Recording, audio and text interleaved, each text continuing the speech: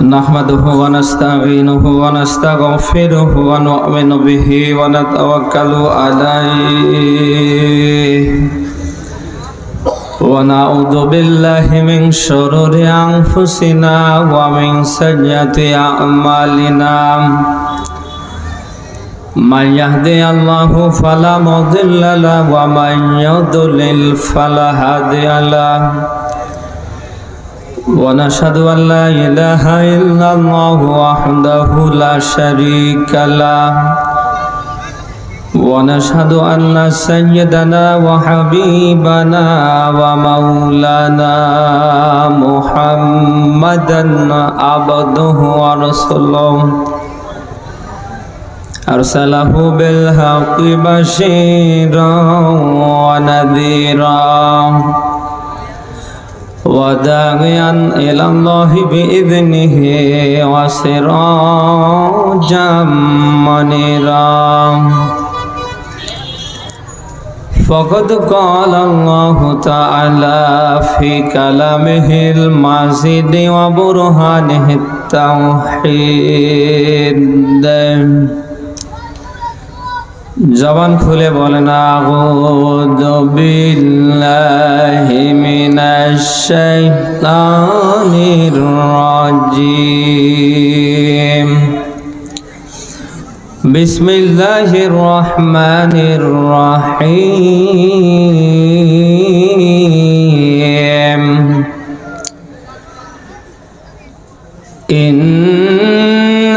أكرمكم عند الله أتقاكم إن الله عليم خبير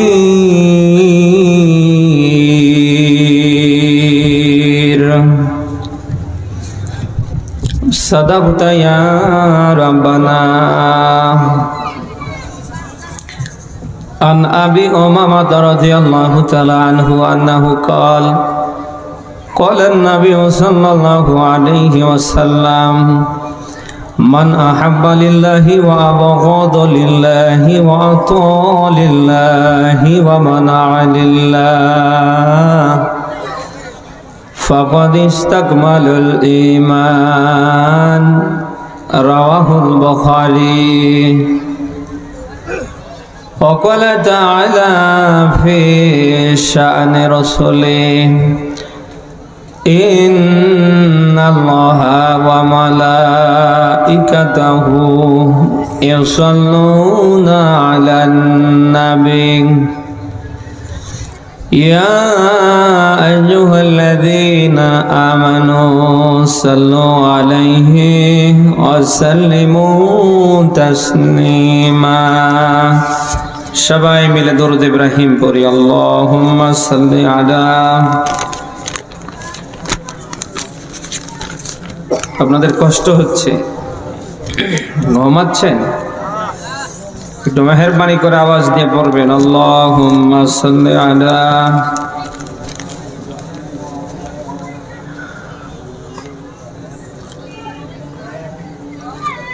হাজারো ব্যথা বেদনার পরে ফিরে আসনি তুমি আপন ঘরে, দিনের আলো তুমি সরিয়ে দিতে চলে গেলে মদিনায় মক্কা ছেড়ে রাসূল তোমাকে ভুলি আমি কেমন করে, খেনা খেয়ে দিন প্রচারের কাজে নিজেকে দিয়ে সবিলিয়ে, তাই ফির কাফিরেরা চিনল নাই ডালো, দুষ্ট ছেলেদের পিছু দিল লেলিয়ে, পাথরের আঘাতে ক্ষত বিক্ষত হয়ে সারা শরীর থেকে রক্ত ঝরে, রাসূল তোমাকে ভুলি আমি কেমন করে। আলহামদুলিল্লাহ। বাংলাদেশের ঐতিহ্যবাহী জেলা দিনাজপুর বীরগঞ্জ থানার অন্তর্গত দারুল হিকমাত রাব্বানিয়া নুরানি হাফিজা মাদ্রাসা লীলা বোর্ডিং ইয়াতিমখানার হাফেজ ছাত্রদের পাগড়ি প্রদান উপলক্ষে নবম বার্ষিক ঐতিহাসিক তাফসির মাহফিলের স্বনামধন্য সভাপতি জনাব আলহাজ মোহাম্মদ শফিজউদ্দিন আতাল্লাহু আমরাহু ওয়া বারাকাল্লাহু ফি হায়াতি বলেন আমিন। সহ সভাপতি জনাব মাওলানা মোহাম্মদ লুৎফর রহমান আয়াতে তাইয়্যিবা সিহাই কুল্লিয়া কামনা করছে আল্লাহ যেন দান করে। প্রধান অতিথি আমাদের সকলের পরিচিত শ্রদ্ধাভাজন বড় ভাই জনাব মোহাম্মদ মতিউর রহমান, সাবেক জেলা সভাপতি বাংলাদেশ ইসলামী ছাত্র শিবির দিনাজপুর জেলা শাখা। রফা'না লাকা যিকরাক, সম্মান মর্যাদা কামনা করছি আল্লাহ যেন আরও বাড়িয়ে দেন বলেন আমিন। বিশেষ অতিথির নাম এখানে অনেক, আমন্ত্রিত অতিথির নাম অনেক, আমরা সবার জন্য দোয়া করছি আল্লাহ সকলকে যেন কোরআনের জন্য কবুল করে। মাগরিব থেকে অনেকে আলোচনা রেখেছেন, বিশেষ করে আলোচনা রেখেছেন হাফেজ মোহাম্মদ জিয়াউর রহমান জিহাদি, আলোচনা রাখলেন শ্রদ্ধাভাজন বড় ভাই হযরত মাওলানা মাজহারুল ইসলাম সহকারী অধ্যাপক, সাতখামার ইসলামী ফাজিল মাদ্রাসা বদা পঞ্চগড়। কোরআন থেকে ভাবে যারাই কথা রেখেছেন আল্লাহ প্রত্যেকের কণ্ঠকে যেন কোরআনের জন্য কবুল করে। প্রিয় ভাইদের কণ্ঠে আমরা যত কথা শুনেছি বাস্তব জীবনে যেন মানতে পারি, ওইরকম যোগ্যতা কামনা করছে আল্লাহ যেন দান করে। প্রাণপ্রিয় দিনাজপুরবাসী, সামনে বসা মুসলমান, পর্দার অন্তরালে অগণিত মা এবং বোন, কোরআন যারা শুনতে এসেছি খুশি হয়ে বলছি আলহামদুলিল্লাহ। কোরআনের এই অনুষ্ঠানে আসতে পেরে আমরা খুশি না বেজার? যে আল্লাহ অসংখ্য মানুষের ভিতর থেকে আমাদের যাচাই বাছাই করে কোরআনের জন্য বসিয়ে রাখলেন। মহান মালিকের কাছে আমরা ফারিয়াদ করছি তিনি যেন আমাদের সকলকে কোরআনের জন্য কবুল করে। এসেছি আমরা সবাই আল্লাহর কোরআন শুনতে। কোরআনের ভেতরে বিসমিল্লাহর বা থেকে নাসের সিন পর্যন্ত যত কথা, যত মেসেজ, যত বার্তা সব কার যেন? এগুলি আল্লাহ দিয়েছে কাদের জন্যে বলেন? মানুষ যারা, তাদের জন্য। আমরা মানুষ দাবি করবার পরে আল্লাহর সেই মেসেজ, বার্তা, আল্লাহর সেই কথাগুলি যদি আমরা একদিকে মানতে পারি, অপরদিকে যদি মানানোর পক্ষে আমরা কাজ করতে পারি, তাহলে একদিকে দুনিয়ায় শান্তি, অপরদিকেও আখেরাতে আল্লাহ মুক্তির ব্যবস্থা করে দেবে। আমরা কি দুনিয়ায় শান্তি পেয়ে আখেরাতে মুক্তি পেয়ে কিয়ামতে জান্নাতে যেতে চাই? কারা চাই দেখি লিল্লাহে তাকবীর। আল্লাহ যেন কবুল করে। প্রাণপ্রিয় দিনাজপুরবাসী, নাজাতের পথ, বাঁচার পথ, সঠিক পথ, সোজা পথ একটা, সেটা হচ্ছে কোরআনের পথ। কিসের পথ বলেন? আপনি সূরা আনআম 6 নম্বর সূরার 8 নম্বর পারার 8 নম্বর পৃষ্ঠার 153 নম্বর আয়াতে ব্যাখ্যা পাবেন। ওয়া আন্না হাযা সিরাতী মুস্তাকিমা। আল্লাহ বলেন সঠিক এবং সোজা পথ হচ্ছে আমার কোরআনের পথ। কিসের পথ? আওয়াজ করে বলেন তো আবারও। দুনিয়ায় আপনি যত পথ দেখছেন একটাও সোজা না, সঠিক না, একটাও বাঁচার পথ, মুক্তির পথ না। শুধুমাত্র কেবলমাত্র সঠিক পথ, সোজা পথ, বাঁচার পথ একটা, এ পথের নাম হচ্ছে আল কোরআনের পথ। আপনি আমি যদি এ পথ ধরতে পারি, অবশ্যই অবশ্যই এ পথ আমাদেরকে জান্নাত পর্যন্ত নিয়ে যাবে। সূরা আলে ইমরান 3 নম্বর সূরার 4 নম্বর পারার 2 নম্বর পৃষ্ঠার 103 নম্বর আয়াতে ব্যাখ্যা পাবেন। আল্লাহ গুরুত্ব দিয়ে তাগিদ দিয়েছেন আমার কোরআনকে আঁকড়ে ধরো, বিচ্ছিন্ন হয়েও না। ওয়াতাসিমু বিহাবলিল্লাহি জামিআও ওয়ালা তাফাররাকু। আল্লাহ বলেন তোমরা সবাই মিলে আমার রজ্জুকে, রশ্মিকে, আমার কোরআনকে আঁকড়ে ধরো, বিচ্ছিন্ন হয়েও না। কে বলছেন জানো? বলেন। এদের ব্যাখ্যায় মেসকাতের হাদিস পাবেন। নবীজি বলেন তারাকতু ফীকুম আমরাইন লান তাদিল্লু মা তামাসসাকতুম বিহিমা কিতাবাল্লাহি ওয়া সুন্নতি রাসূলি। আমি দুটি জিনিস তোমাদের মাঝে রেখে যাচ্ছি, একটা কিতাবুল্লাহ আর একটা সুন্নতি রাসূলি। আমার উম্মতেরা তোমরা যদি এই দুইটা চিন্তা থাকতে আঁকড়ে ধরতে পারো, লান তাদিল্লু, নবী সুপারলেটিভ ডিগ্রি প্রয়োগ করেছেন, তোমরা কখনো পথভ্রষ্ট হবে না। আপনি কথা কি শুনতেছেন? আজ আমরা মুসলমানরা পথভ্রষ্ট, লাইনচ্যুত হবার পেছনে যত কারণ, অন্যতম কারণ হচ্ছে আমাদের জীবনে একদিকে আল্লাহর কোরআন নেই, অপরদিকে রাসূলের সুন্নাহ নেই। বলেন না কেন? আমরা দাবি করছি মুসলিম, কিন্তু আপনি মিলান মুসলমানের জীবনে কোরআন নেই।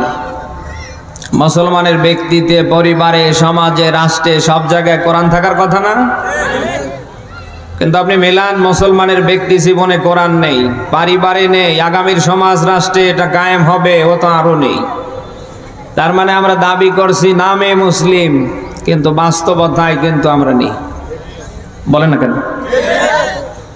প্রাণ প্রিয় দিনাজপুরবাসী, যেহেতু মুসলমানদের জন্য আল্লাহ তাআলা কোরআনকে সংবিধান বানিয়ে দিয়েছেন, জন্ম থেকে মৃত্যু পর্যন্ত, রান্নাঘর থেকে রাষ্ট্র জীবন পর্যন্ত, জাহান্নাম থেকে বেঁচে জান্নাতে যাওয়া পর্যন্ত, যেখানে যা দরকার কোনটা আল্লাহ কিন্তু বাদ রাখেনি, সব এই কোরআনের ভিতরে জমা করে দিয়েছে।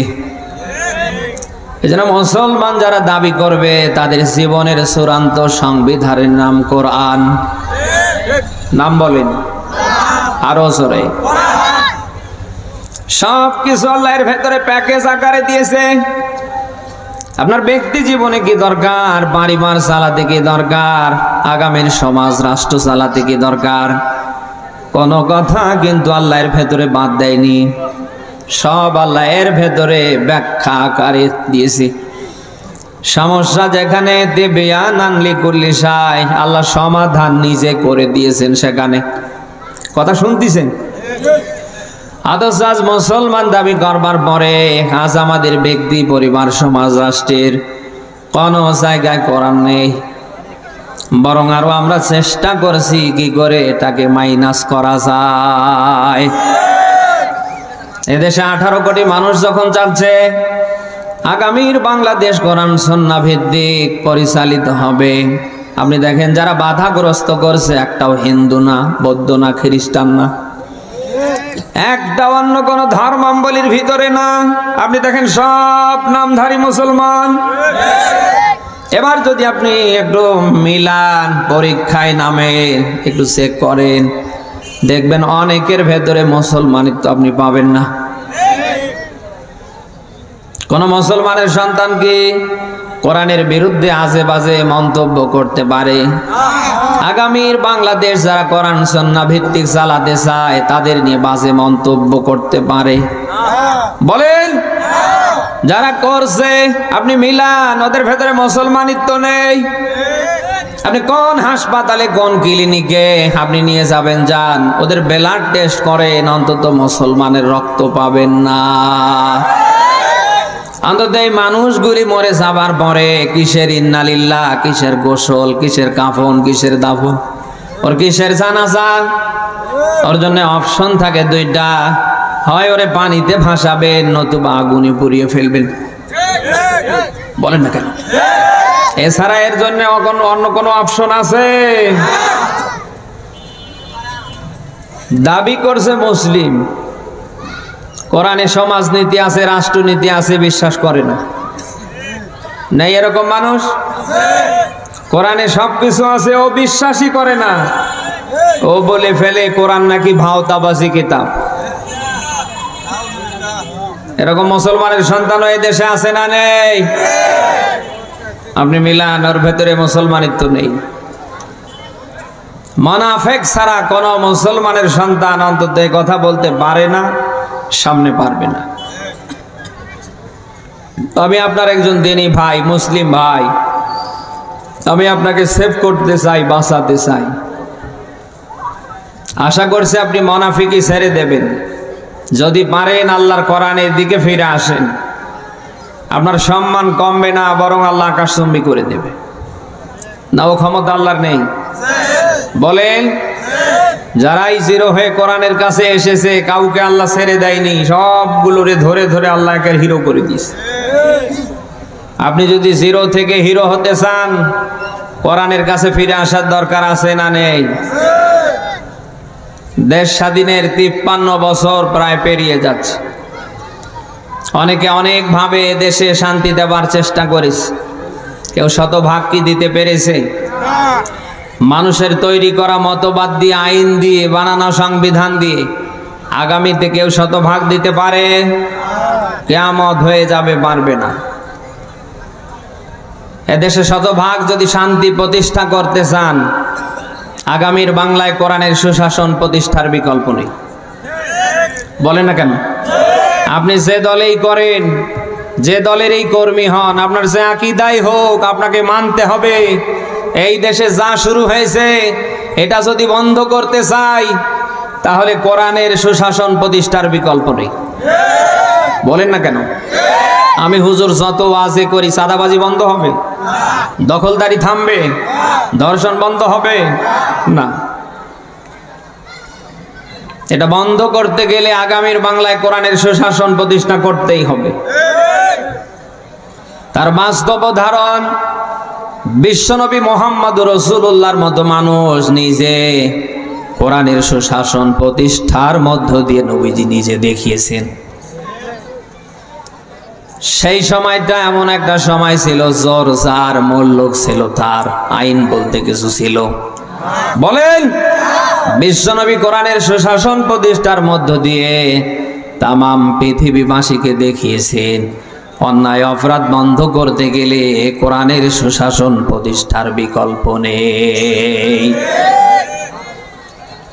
আজ আমাদের এই দেশে যা শুরু হয়েছে, আপনি যদি সত্যি সত্যি তা বন্ধ করতে চান, আগামীর এই বাংলায় আবারও বলছি কোরআনের সুশাসন প্রতিষ্ঠার বিকল্প নেই।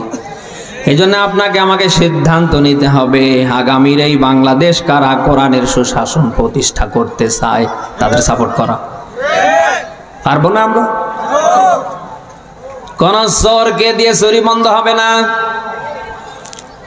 কোন ডাকাতকে আগামীর ক্ষমতার চেয়ারে বসালে ডাকাতি বন্ধ হবে না, কোন ইফতিজারকে আগামীর ক্ষমতার চেয়ারে বসালে ধর্ষণ বন্ধ হবে না, কোন দখলদারকে, চাঁদাবাজকে ক্ষমতায় বসালে কোনদিন চাঁদাবাজি, দখলদারি বন্ধ হবে না।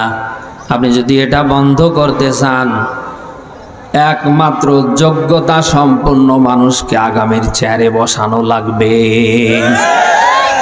আমি প্রায় বলি, আম গাছ লাগিয়ে যদি কেউ তেঁতুল খাবার আশা করে, এটা যেমন বোকামি। কোন চাঁদাবাজকে ক্ষমতার চেয়ারে আগামীতে বসিয়ে এদেশে চাঁদাবাজি বন্ধ হবে, এটাও আকাঙ্ক্ষা করা বোকামি।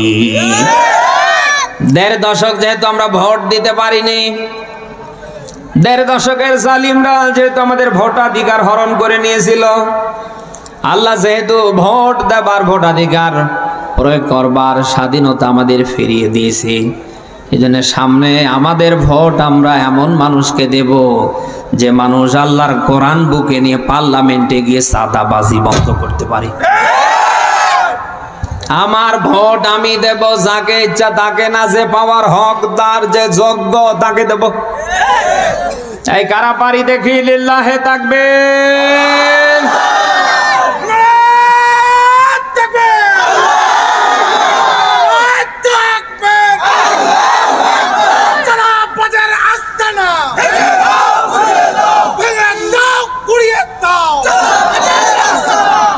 আমরা পারবো তো?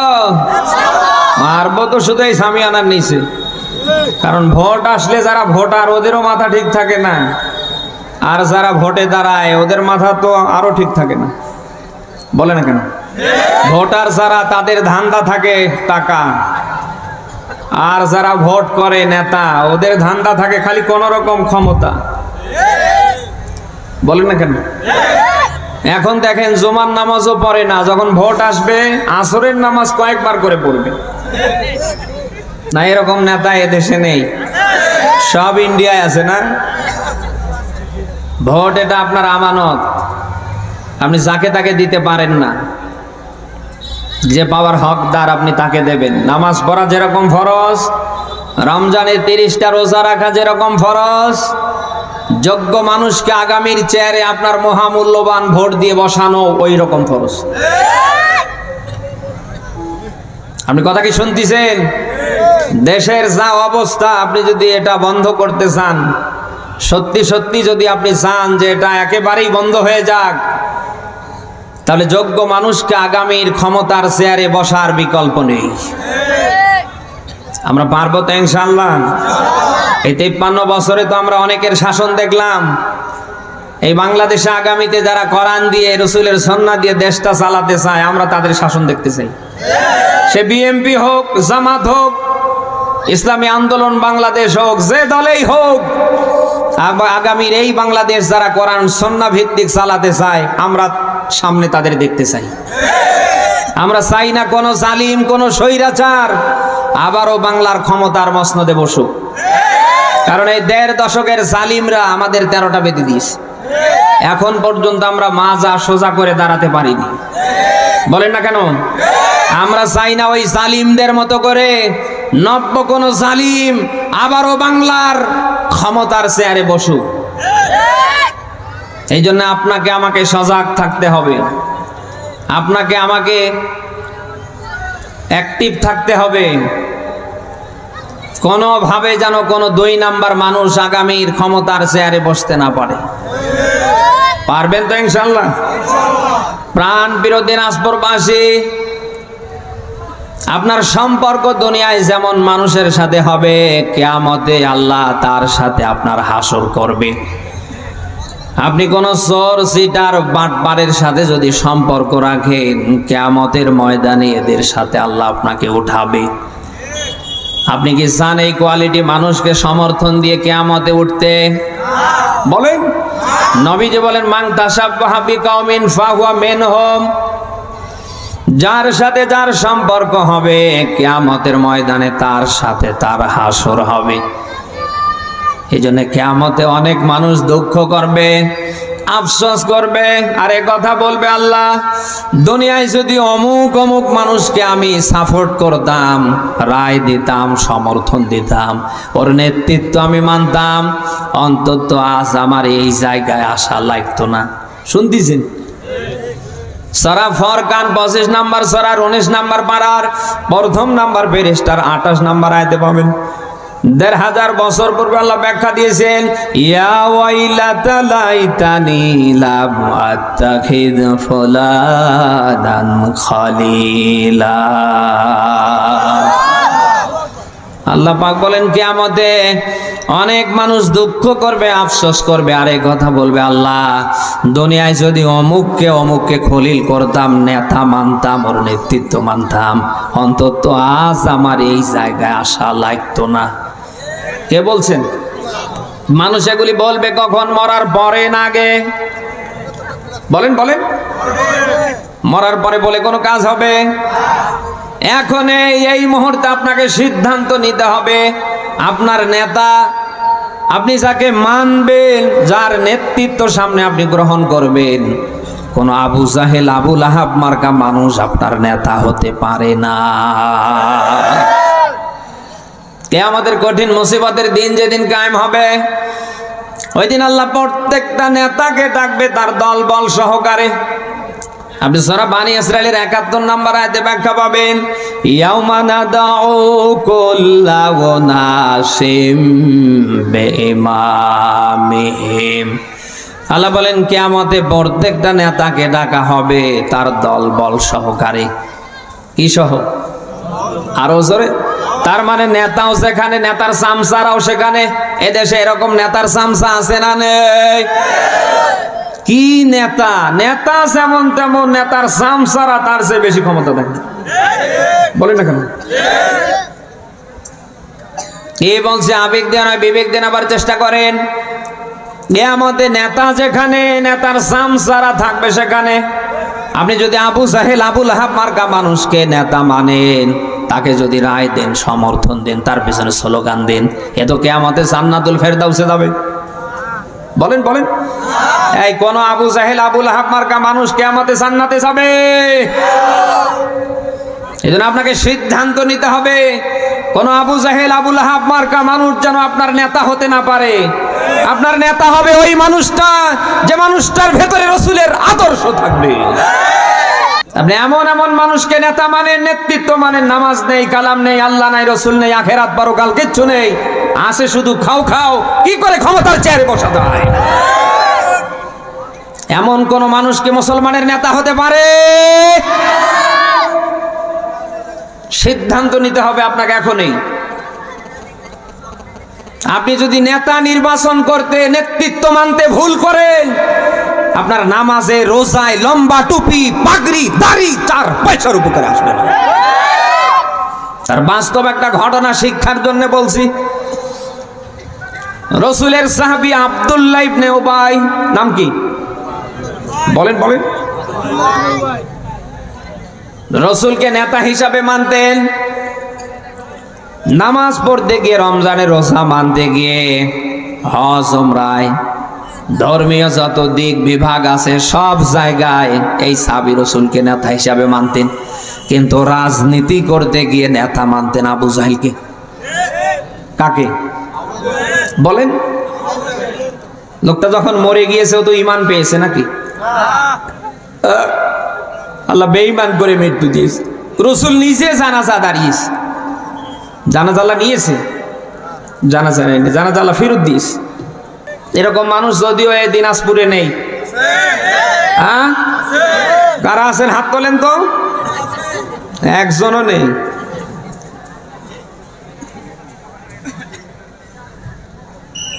নামাজে, রোজায়, হজ, যাকাত, দান, সদকাতে কোনো সমস্যা নেই, কিন্তু নেতা মানতে গিয়ে তখন সমস্যা।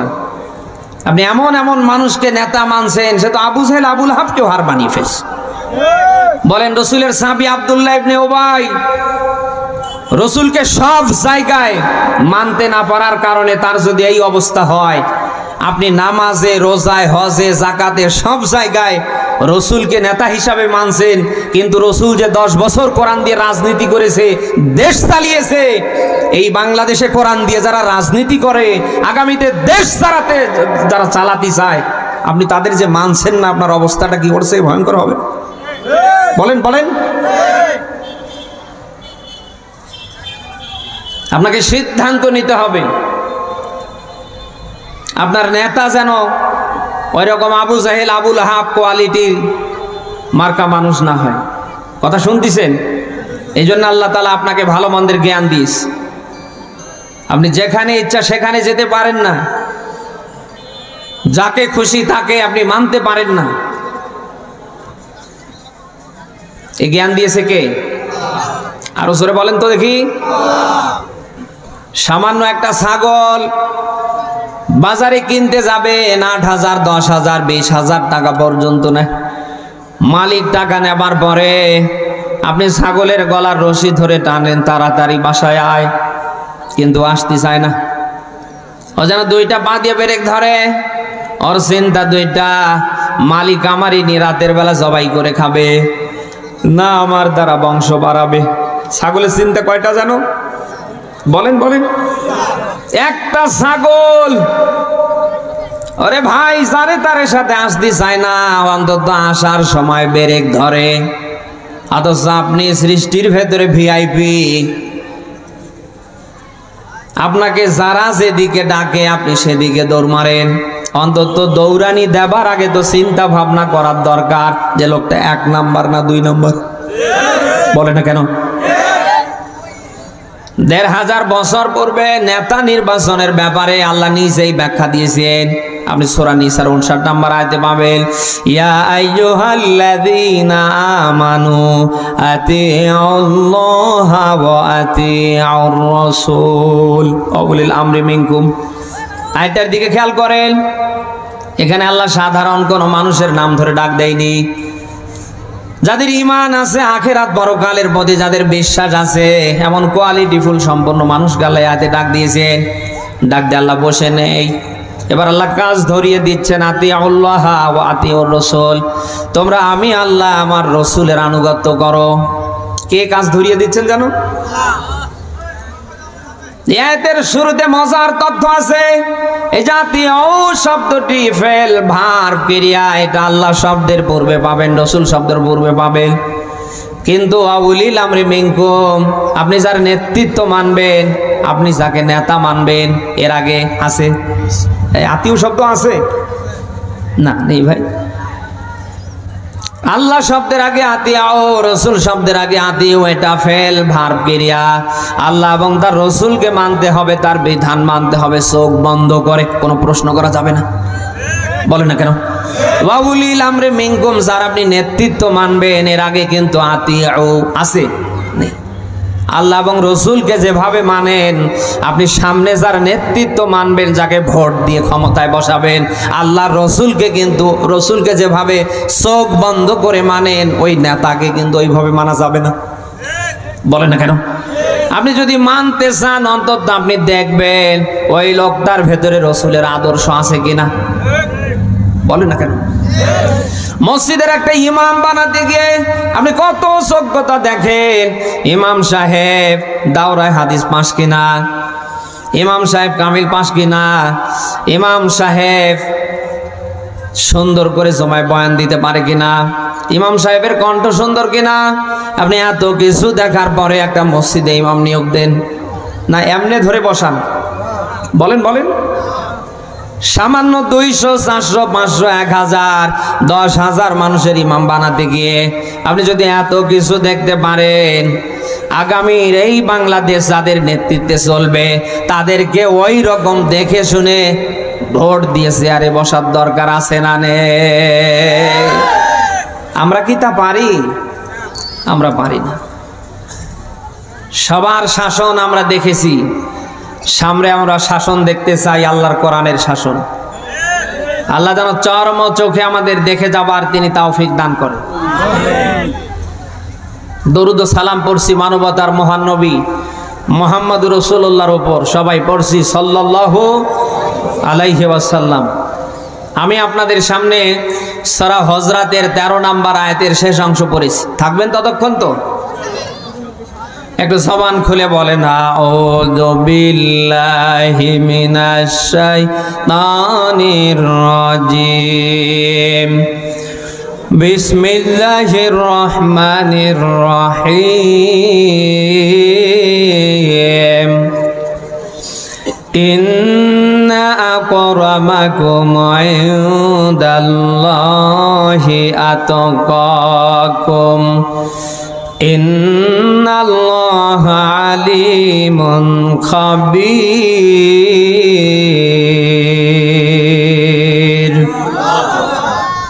সূরা হুজরাত কোন সূরা জানো? বলেন। আমরা 13 নম্বর আয়াতের শেষ অংশ পড়েছি। কি আছে আয়াতের ভেতরে? আল্লাহ পাক বলেন, নিশ্চয় আমি আল্লাহর কাছে সম্মানিত প্রিয় হলো তারা, আমি আল্লাহকে আতকাকুম অধিক পরিমাণ ভয় করে যারা। কে বলছেন জানো? প্রাণ প্রিয় দিনাজপুরবাসী, কি বলছি? আবেগ দিয়ে নয়, বিবেক দিয়ে নেবার চেষ্টা করবেন। আল্লাহ পাক বলেন, আমি আল্লাহর কাছে সম্মানিত প্রিয় হলো তারা, আমি আল্লাহকে অধিক পরিমাণে ভয় করে যারা। এখানে যার 10 বিঘা জমি আছে, যার ব্যাংকে হাজার হাজার কোটি টাকা জমা আছে, এই লোকটা সম্মানিত, এই কথা কিন্তু নেই। আছে? আল্লাহর কাছে সম্মানিত অধিক প্রিয় হলো ওই লোকটা, সে লোকটা অধিক পরিমাণে ভয় করে কাকে? বলেন বলেন। আপনি যদি আল্লাহর কাছে সম্মানিত প্রিয় হতে চান, আল্লাহর ভয় অন্তঃকরণে ধারণের বিকল্প নেই। কাজে এই দেশে আমাদের দ্বারা যা হচ্ছে, সত্যি সত্যি যদি আল্লাহর ভয় আমাদের ভিতরে থাকার মতো থাকতো, আমাদের দ্বারা কি তা হতো? বলেন বলেন। 180 মাইল বেগে দেশে যে চাঁদাবাজি চলছে, দখলদারি চলছে, ধর্ষণ চলছে, আমাদের ভেতরে যদি আল্লাহর ভয় থাকতো, আমাদের কারোর দ্বারা কি চাঁদাবাজি, দখলদারি, ধর্ষণ হতো? বলেন বলেন। হচ্ছে কেন? ভয় নেই। আপনি যেন আল্লাহকে ভয় করেন, এমন ভয় সংক্রান্ত কথা গোটা কোরআন শরীফ থেকে যদি আপনি এক জায়গায় নোট শুরু করে দেন, 10 পারা অতিক্রম করে ফেলবে। আল্লাহ তাআলা তার ভয়ের কথা কেন দিলেন? কারণ আছে না নেই? কারণ আল্লাহ ভালো করে জানে পৃথিবীতে আমার বান্দা বান্দিরা যদি আমাকে ভয় করার মতো করে, তাহলে ওদের হাতের দ্বারা, ওদের জবানের দ্বারা, ওদের ক্ষমতার দ্বারা কেউ কষ্ট পায় না, পাবে না। বলে না কেন? এজন্য আল্লাহ তাআলা বান্দার চেহারার দিকে তাকায় না, বান্দার সম্পদের দিকে তাকায় না। আল্লাহ শুধু বান্দার তাকায় অন্তরের দিকে এবং কাজের দিকে। সুবহানাল্লাহ বলতে পারেন না? লা ইয়ানজুরু ইলা সুওয়ারিকুম, তিনি মোটেও বান্দার চেহারার দিকে তাকায় না, বান্দা সুন্দর কিনা, বান্দা লম্বা চওড়া কিনা, বান্দা মোটা কিনা, বান্দা চিকনা কিনা, এদিকে মোটেও তাকায় না। আল্লাহ তাআলা এতটুকুন বান্দার দিকে তাকায়, ওয়ালাকি ইয়ানজুরু ইলা কুলুবিকুম, বান্দার অন্তঃকরণের দিকে, ওয়া আমালিকুম, এবং বান্দার কর্মের দিকে। এই দুইটা জিনিসের দিকে তাকায় কে? বলেন বলেন বলেন বলেন। অথচ সেই ভয় নেই। মেসকাতের হাদিস বলছি, নবীজি বলেন আখলিস দীনাকা ইয়াকফিকাল আমালুল কলিল। কেউ যদি আল্লাহর ভয় নিয়ে, ভীতি নিয়ে একনিষ্ঠার সাথে যাররা পরিমাণ কোনো ভালো কাজ করতে পারে, এটা তার জন্য নাজাতের মাধ্যম হবে। কিসের মাধ্যম? আরো জোরে বলেন। অতএব আপনার দ্বারা যা হবে সব হবে কার ভয়ে? আছে ওটা আমাদের আছে, ও ভয় আমাদের নেই। আর যদি ওই ভয় থাকতো, আমরা যা করছি অন্তত করতে পারতাম না।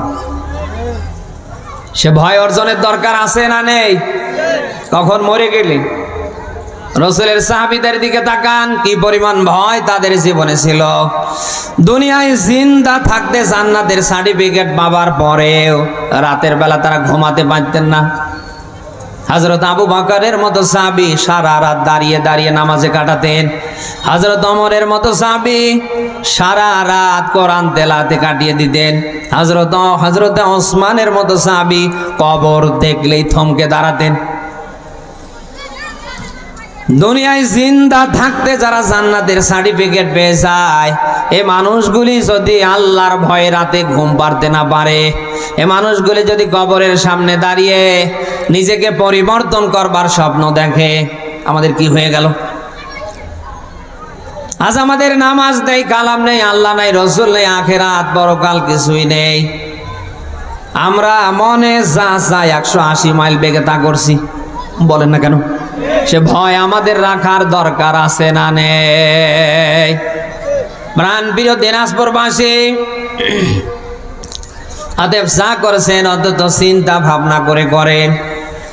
আপনার দ্বারা যা হচ্ছে, আমার দ্বারা যা হচ্ছে, এটা কেউ না দেখলে কে দেখে? আরো জোরে বলেন। আপনি সূরা আলাকের 14 নম্বর আয়াতে ব্যাখ্যা পাবেন, আলাম ইয়ালাম বিআন্নাল্লাহা যারা। বলেন আল্লাহু আকবার। আল্লাহ বলেন, ও বান্দা তোমরা যা করো আমি আল্লাহ কি দেখি না? কে বলছে? আমরা যা করি সব দেখে কে? ঘরের জানলা দরজা লাইট বন্ধ করে অন্ধকার ঘরে আপনি আমি যেটা করি কেউ দেখে না, দেখে কে? অতএব এই দুনিয়ায় যা করব আল্লাহ কিন্তু কিয়ামতে প্রতিফল হিসাবে তাই দেবে না, তিনি জুলুম করবে? বলেন বলেন। আপনি সূরা মুদ্দাসসিরের 38 নম্বর আয়াতে ব্যাখ্যা পাবেন, আল্লাহ নিজেই বলছেন, কুল্লু নাফসিম বিমা কাসাবাত রহিনা। প্রত্যেক মানুষ কিয়ামতে ধরা খাবে তার কর্মের কারণে। আপনার কর্ম যেমন হবে কিয়ামতে আল্লাহ আপনাকে তেমন প্রতিফল দেবে না, তিনি জুলুম করবে? বলেন বলেন বলেন। ওই দিন আল্লাহ তাআলা মানুষের মুখ বন্ধ করে দেবে, মানুষের মুখ কথা বলতে পারবে না। মানুষের হাত আল্লাহর সাথে কথা বলবে, মানুষের পা আল্লাহর সাথে কথা বলবে। ১৫০০ বছর পূর্বে আল্লাহ নিজেই ব্যাখ্যা দিয়েছেন, আল ইয়াওমা নাখতিমু আলা আফওয়াহিহিম ওয়া তুকাল্লিমুনা আইদিহিম ওয়া তাশহাদু আরজুলুহুম বিমা কানু ইয়াকসিবুন। বলেন আল্লাহু আকবার। সূরা ইয়াসিন ৩৬ নম্বর সূরার ২৩ নম্বর পারার ৩ নম্বর পৃষ্ঠার ৬৫ নম্বর আয়াতে পাবেন, আল্লাহ পাক বলেন কিয়ামতে মানুষের মুখ বন্ধ করে দেয়া হবে, মুখ কথা বলতে পারবে না, মানুষের হাত কথা বলবে, মানুষের পা কথা বলবে। আল্লাহ ডাক দেয়া বলবে, বান্দার হাত বল, তোরে দিয়ে আমার বান্দা কথায় কি করেছে। হাত এক এক করে সব বলে দেবে। ডাক দেয়া বলবে, আল্লাহ আমার দ্বারা সুদের জমজমার ব্যবসা করেছে, ওজনে কম বেশি করেছে, অন্যের জমির আইল ঠেলেছে, ওর ভোট একটা কিন্তু 100টার ওপরে ভোট দিয়েছে। বলেন না কেন, সময় যায়নি? হ্যাঁ, 1.5 দশকে হয়নি? ভোট একটা কিন্তু ও একজনে একেবারে 100টার ওপরে ভোট দিয়ে ফেলেছে। হাত আজ বসে থাকলেও কিয়ামতে কিন্তু হাত বসে থাকবে না, এক এক করে সব বলে দেবে। অতএব যা করছেন ঠান্ডা মাথায় চিন্তা ভাবনা করে করেন। দুনিয়ার সব জায়গায় আপনি বাঁচতে পারলেও আল্লাহর আদালত থেকে আপনি বাঁচতে পারবেন না। অতএব যা করছেন, আবারও আপনাকে রিপিট করে বলছি, আপনি একটু চিন্তা ভাবনা করে করেন। দুনিয়ার জীবনে কিন্তু শেষ না, এরপরে আখেরাত আছে না নেই? দুনিয়ার জীবন দেখতে দেখতে একদিন শেষ হয়ে যাবে, আর আখেরাত একবার শুরু হলে তার শেষ। আরো জোরে বলেন। আজ দুনিয়ায় যত কিছু দেখছেন সব একদিকে দুনিয়ার সৌন্দর্য শোভা, অপরদিকে এগুলি খেল তামাশা ছাড়া কিছু না। আপনার চোখে আমার চোখে লাইট আছে যতক্ষণ, এগুলি আপনার আমার সাথে আছে ততক্ষণ। চোখের লাইট বন্ধ হয়ে যাওয়াও শেষ, এগুলি আপনার থেকে আমার থেকে আলাদা হয়ে যাওয়া শেষ। বলেন না কেন? কি নিয়ে যেতে পারবেন বলেন তো? আমি কি নিয়ে যেতে পারবো?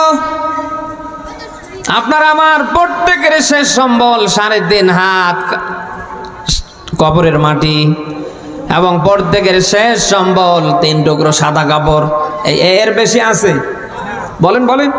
আমি মরে গেলে আমার জন্য ওই সাদা 3 টুকরো সাদা কাপড়, আপনি মরে গেলে আপনার জন্য ওই 3 টুকরো সাদা কাপড়, না এর বেশি দেবে? না এনার জন্য আলাদা? মাটি আমার জন্যেও 3.5 হাত, আপনার জন্যেও 3.5 হাত। কিসের জন্য কি করছেন একটু চিন্তা ভাবনা করে করেন। আপনাকে দুনিয়া খেলা করার জন্য পাঠায়নি। মরে মরে বড় বড় ফ্ল্যাট করবেন, শত শত বিঘা জমি নিজের নামে করবেন, স্ত্রীর নামে করবেন, এজন্য আল্লাহ আপনাকে দুনিয়ায় পাঠায়নি। আমার আল্লাহ দুনিয়ায় পাঠিয়েছে আপনি যেন তার বিধান মানতে পারেন, মানাতে পারেন। ওই জন্য বলেন না কেন?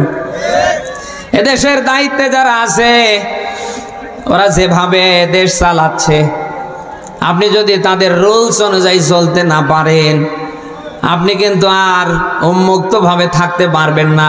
আপনার ঠিকানা হবে 64 জেলার যে কোনো একটা জেলখানায়। বলেন না কেন? আল্লাহ যে জন্য সে কারণে আপনাকে পাঠিয়েছে, আপনি যদি টার্গেট ফিল আপ করে মরতে না পারেন, আমার আল্লাহরও কিন্তু ওই রকম বানানা জাহান্নাম আছে না নেই? দুনিয়ার মানুষের বানানা জেলখানা থেকে আপনি একদিন না একদিন বের হতে পারবেন, আর আল্লাহর বানানা জেলখানায় ঢুকলে বের হবার কোনো সুযোগ আছে? বলেন। আজ দুনিয়ায় বিপদে পড়লে কত মানুষ আপনার বিপদ মুক্তির জন্য আসবে, আর আখেরাতে যদি আপনি বিপদে পড়েন আপনি কাউকে খুঁজে পাবেন না। অতএব দুনিয়ার জীবন যেহেতু দেখতে দেখতে একদিন শেষ হয়ে যাবে, আর আখেরাত একবার শুরু হলে তার কোনো শেষ আছে? আরো জোরে বলেন। সেই আখেরাতে অন্তত আল্লাহর সামনে যেন কিছু নিয়ে আপনি দাঁড়াতে পারেন। এজন্য আমি ভাই হিসাবে আপনাকে আহ্বান করছি, যা করেছেন অন্তত এখনো ফিরে আসেন। অন্তত এখনো সময় আছে আজরাইল আসতে। ও ছাতা যদি একবার চলে আসে আর সুযোগ পাবেন না। বলেন না কেন? কত মানুষ রাতের বেলা ঘুমিয়ে যায়, ভালো মানুষ, সকালবেলা আর উঠতে পারে না। আপনার আমারও তো অবস্থা এরকম আজ রাতেই হতে পারে না? পারে না? বলেন। এখানে যত মানুষ আমরা বসে আছি, কেউ কি আমরা বলতে পারি যে আমরা আগামীতে আরো 10 বছর থাকতে পারবো? নিঃশ্বাসের কোনো বিশ্বাস আছে? আজরাইল তো চতুর্দিকে খালি শুধু ঘুরছে, আল্লাহ বলবে ধর, একটা সেকেন্ডও লাগবে না ধরতে। অতএব সেই আজরাইল সামনে আসার আগে অন্তত প্রত্যেককে অনুরোধ করে বলছি, ব্যাক করেন, ফিরে আসেন। আপনি যদি জিন্দা থাকতে আজরাইল আসার আগে ব্যাক করতে না পারেন, আপনার একুলও শেষ, আপনার ওকুলও শেষ। ফিরে আসার দরকার আছে না নেই? কারা পারি দেখি লিল্লাহে তাকবীর। আল্লাহ যেন কবুল করে। যা করেছেন অসুবিধা নেই, ফিরে আসেন। দুনিয়ার সব মানুষের দরজা বন্ধ হলেও এখন পর্যন্ত দরজা খোলা আছে কার? ওই আল্লাহ হাত ছানি দিয়ে আপনারে ডাকছে, বান্দা আমার দিকে ফিরে আসো, ওয়ানিবু আমার দিকে ফিরে আসো, ওয়াসলিমুলা আমার কাছে সারেন্ডার করো, ভুল স্বীকার করো। ও বান্দা যা করেছো অসুবিধা নেই, যদি ফিরে আসতে পারো, আমার কাছে ভুল স্বীকার করতে পারো, আমি আল্লাহ বলছি তোমাদের আমি মাফ করে দেব। কে বলছেন জানো? ফিরে আসার দরকার আছে না নেই? আমরা নিজেরা ফিরে আসব। আমাদের অধীনে যারা আছে, আমাদের স্ত্রী সন্তান সন্ততি, তারাও যেন ফিরতে পারে, ওই প্রচেষ্টা আমাদের রাখার দরকার আছে না নেই? আপনি একজন পরিবারের গার্ডিয়ান, আপনার গুরুতর দায়িত্ব হচ্ছে আপনার পরিবারে যারা আছে তাদেরকে আল্লাহর দিকে ব্যাক করানো। বলেন না কেন? আপনার স্ত্রী যেন ইসলামের ফরজ বিধান মানে, আপনার ছেলে মেয়ে যেন আল্লাহর ইসলামের ফরজ বিধান মানে, এটা আপনার গুরুতর দায়িত্ব। জিন্দা থাকতে যদি দায়িত্ব পালন করতে না পারেন, মরে যাবার পরে কিয়ামতে ধরা খাবেন। কারণ আপনার স্ত্রীর ব্যাপারে, ছেলের ব্যাপারে, মেয়ের ব্যাপারে কিয়ামতে ধরবে কে? বলেন বলেন। যেহেতু স্ত্রীর ব্যাপারে, ছেলের ব্যাপারে, মেয়ের ব্যাপারে কিয়ামতে ধরা হবে, অন্তত ছেলে কি করে, মেয়ে কি করে, স্ত্রী কি করে, আমাদের খোঁজ খবর রাখার দরকার আছে না নেই? মা বোন যারা এসেছেন, আপনাদের অনুরোধ করে বলছি, কলিজার টুকরো সন্তান যে কয়েকটাই আল্লাহ দিয়েছে তাদেরকে দিন শেখাবেন, তাদেরকে কোরআন শেখাবেন, দিনের জ্ঞান দেবেন। অন্তত মরে গেলে যেন জানাজার নামাজ সামনে দাঁড়িয়ে পড়াতে পারে। বলেন না কেন? এই যে আমি এখানে এসেছি, আমি তো টাকা নিয়েছি, এরপরে এসেছি, আবার যাব টাকা নিয়ে, তার মানে আমি টাকা যেখানে আমি সেখানে। বলেন না কেন? মসজিদের ইমাম বলেন, মুয়াজ্জিন বলেন, যত হুজুর দেখছেন, খাওয়া যেখানে আমরা সেখানে, খাওয়া নেই আমরা নেই। আমরা কি কেউ গুরুত্ব দিয়ে বলতে পারবো অন্যের গরু খেলাম, অন্যের বকরি খেলাম, ভালো মন্দ খেলাম, আল্লাহর কাছে দোয়া করলাম, কবুল হয়ে গেল? কেউ গুরুত্ব দিয়ে বলতে পারবো না। এটা নিতেও পারে, নাও নিতে পারে, কোনো গ্যারান্টি নেই। মা বোন যারা এসেছেন, আপনার সন্তানকে যদি দিন শেখাতে পারেন, কোরআন শেখাতে পারেন, দিনের জ্ঞান দিতে পারেন, আপনি থাকবেন না। আপনার সন্তান আপনার লাশ নিয়ে দাঁড়াতে দেরি, আপনার জানাজা আল্লাহ কবুল করতে দেরি না। এই জন্য মা বোনদের বলবো, সন্তানদেরকে দিন শেখাবেন, সন্তান কোথায় যায়, কি করে, খোঁজ রাখবেন। আল্লাহ যেন মা বোনদেরকে এরকম যোগ্যতা দান করে। বলেন আমিন। সেই সাথে মা বোনদের কয়েকটি আমলের সন্ধান দিচ্ছি, যদি করতে পারেন কিয়ামতে জান্নাতের যে কোনো দরজা দিয়ে জান্নাতে যেতে পারবেন ইনশাল্লাহ। প্রথম নাম্বার আমল, মা বোনরা গুরুত্ব দিয়ে 5 ওয়াক্ত নামাজ আদায় করবেন। 2 নম্বরে রমজান মাসে রোজা রাখবেন। 3 নম্বরে ঘর থেকে বের হলেই পর্দা করবেন। আপনাদের জন্য পর্দার বিধান মরার আগে, মরার পরে না। মা বোন যারা এসেছেন, মরে যাবার পরে 5 কাপড় কেন 5000 কাপড় দিয়ে আপনারে প্যাকেট করে কবর দিলেও কোনো লাভ হবে না, যদি জিন্দা থাকতে পর্দা করতে না পারে। বলেন না কেন? যে সমস্ত মা বোনরা পর্দা করতে চান না, অনুরোধ করে বলছি, পর্দা লঙ্ঘন করবেন না। নামাজ পড়া যেরকম ফরজ, রমজানের 30টা রোজা রাখা যেরকম ফরজ, ঘর থেকে বের হওয়ার সাথে সাথে ওই রকম পর্দা করে ঘর থেকে বের হওয়া ওই রকম ফরজ। 4র্থ নাম্বারে স্বামীর আনুগত্য করবেন। স্বামীকে কোনো ভাবে কষ্ট দেবেন না। আপনার কোনো আচরণে, কোনো কাজের দ্বারা স্বামী যদি কষ্ট পায়, আপনি নামাজি হতে পারেন, রোজাদার হতে পারেন, আপনি যত বড় পর্দাশীল হন না কেন, স্বামী যদি আপনার কোনো আচরণে কষ্ট পায়, আপনার ঠিকানা জাহান্নাম। তিরমিজির 1159 নম্বর হাদিস, আল্লাহর নবী বলেন, কোন স্ত্রী যদি তার স্বামীকে খুশি রাখতে পারে, ওই স্ত্রীর ঠিকানা হবে জান্নাত। কোথায়? আরো জোরে বলেন। কিন্তু আজ এই দেশে আমরা দেখতে পাই 100-র ভেতরে 98টা মা বোন আছে, আপনি মিলান, তারা স্বামীকে খুশি রাখতে পারে না। স্বামী আর স্ত্রীর দিকে তাকালে পাবেন সাপ আর বেজির সম্পর্ক। বলেন না কেন? এরকম মা বোন এদেশে কম না বেশি? মা বোন যারা এসেছেন, আবারও রিপিট করে বলছি, আপনার কোনো আচরণে যেন স্বামী কষ্ট না পায়। আপনার কোনো আচরণে যদি আপনার স্বামী কষ্ট পায়, তাহলে আপনার একুলও শেষ হবে, ওকুলও শেষ হবে। আশা করছি কালকে থেকে কোনোভাবে স্বামীকে কষ্ট দেবেন না। আপনি যদি জানতেন আপনার স্বামীর দাম কত, মূল্য কত, তাহলে জীবনে স্বামীকে কোনোভাবে আপনি কষ্ট দিতে পারতেন না। নবীজি বলেন, আল্লাহ তাআলা তাকে বাদ দিয়ে পৃথিবীতে যদি কাউকে সেজদা দানের অনুমতি দিত, আমি তামাম পৃথিবীর নারীদেরকে বলতাম, তোমরা সবাই মিলে স্বামীর পায়ে সেজদা করো। সুবহানাল্লাহ বলতে পারেন না? অথচ আজ আমরা দেখতে পাই অধিকাংশ মা বোনরা এরকম আছে, নামাজও পড়ে, রোজাও রাখে, পর্দাও করে, কিন্তু স্বামীরে ঠিকভাবে মানতে চায় না। বলে না কেন? না, এ তো দিনাজপুরের বীরগঞ্জে নেই। হ্যাঁ হ্যাঁ, কার আছে হাত তোলেন তো। মা বোন যারা এসেছেন, স্বামীকে কোনোভাবে কষ্ট দেবেন না, স্বামীকে খুশি রাখবেন। স্বামী যদি আপনার ওপরে খুশি থাকে, সরাসরি খুশি থাকবে কে? আর আপনারা যারা এখানে স্বামী আছেন, আপনাদের বলছি, স্ত্রীকে কষ্ট দেবেন না। আল্লাহ তাআলা বলছেন, ওয়াশিরুহুন্না বিল মারুফ, তোমরা স্ত্রীদের সাথে ভালো ব্যবহার করো। সমস্ত নবী রাসূলদের দিকে তাকান, প্রত্যেকেই তারা স্ত্রীর সাথে ভালো ব্যবহার করেছেন। আমাদেরও স্ত্রীদের সাথে ভালো ব্যবহারের দরকার আছে না নেই? বলেন, আমরা পারবো তো ইনশাআল্লাহ? আল্লাহুম্মা সাল্লি আলা মুহাম্মাদিন ওয়া আলা আলি মুহাম্মাদ কামা সাল্লাইতা আলা ইব্রাহিম ওয়া আলা আলি ইব্রাহিম ইন্নাকা হামিদুম মাজিদ। আল্লাহুম্মা বারিক আলা মুহাম্মাদিন ওয়া আলা আলি মুহাম্মাদ কামা বারাকতা আলা ইব্রাহিম ওয়া আলা আলি ইব্রাহিম ইন্নাকা হামিদুম মাজিদ। আল্লাহুম্মা সাল্লি আলা মুহাম্মাদিন আবদিকা ওয়া রাসূলিক সাল্লি আলাল মুমিনিনা ওয়াল মুমিনাতি ওয়াল মুসলিমিনা ওয়াল মুসলিমাত ওয়া বারিক ওয়া সাল্লিম। আল্লাহুম্মা আমিন। রব্বানা যালামনা আনফুসানা ওয়া ইল্লাম তাগফির লানা ওয়া তারহামনা লানাকুনান্না মিনাল খাসিরিন।